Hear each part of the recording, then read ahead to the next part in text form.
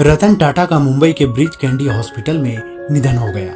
वो अपने चेकअप के लिए हॉस्पिटल में भर्ती हुए थे। इससे पहले टाटा ने एक बयान जारी कर कहा था कि उनकी सेहत ठीक है और किसी तरह की चिंता की कोई बात नहीं है।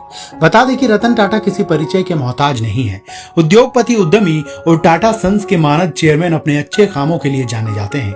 आज हम आपको रतन टाटा के बारे में कुछ रोचक तथ्यों के बारे में बताएंगे। रतन टाटा का जीवन जितना सफल और प्रेरक रहा, उतना ही उनका निजी जीवन रहस्यमयी रहा। वे विनम्र और संवेदनशील व्यक्ति थे। उन्होंने अपने निजी जीवन को कभी सार्वजनिक नहीं किया। हालांकि उनके जीवन की एक अनकही और दिलचस्प प्रेम कहानी भी है, जिसके बारे में लोगों को कम ही पता है। तो चलिए आज जानते हैं रतन टाटा की प्रेम कहानी के बारे में, जो कभी परवान नहीं चढ़ पाई। वो शादी तो करना चाहते थे, लेकिन भारत और चीन के बीच 1962 में छिड़ी जंग के कारण ये मुमकिन ना हो सका। वो साल था 1948, जब रतन टाटा सिर्फ 10 साल के थे।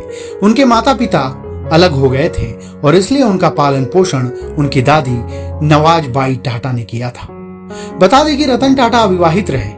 उन्होंने एक बार स्वीकार किया था कि जब वे लॉस एंजल्स में काम कर रहे थे, तब एक समय ऐसा आया जब उन्हें प्यार हो गया था। लेकिन 1962 के भारत चीन युद्ध के कारण लड़की के माता पिता उसे भारत भेजने के खिलाफ थे, जिसके बाद उन्होंने कभी शादी नहीं की। रतन टाटा इसके बाद कारोबारी दुनिया में रम गए और फिर निजी जिंदगी के बारे में सोचने का मौका ही नहीं मिला। दरअसल रतन टाटा ने इसका जिक्र खुद एक इंटरव्यू में किया था। उन्होंने कहा था कि जब वे 1960 में अमेरिका में पढ़ाई कर रहे थे, तब उनकी मुलाकात एक लड़की से हुई थी, जिससे वो प्रेम करने लगे थे। उनका प्रेम काफी गहरा था। वे दोनों एक दूसरे से शादी करने के लिए भी तैयार थे।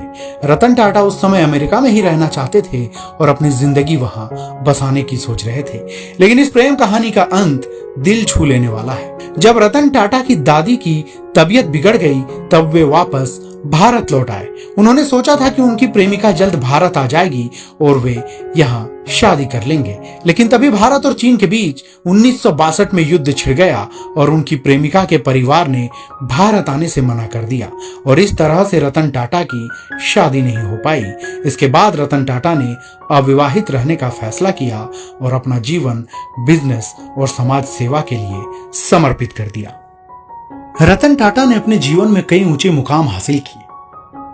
रतन टाटा के अच्छे कामों की वजह से पूरी दुनिया में उनकी तारीफ होती है।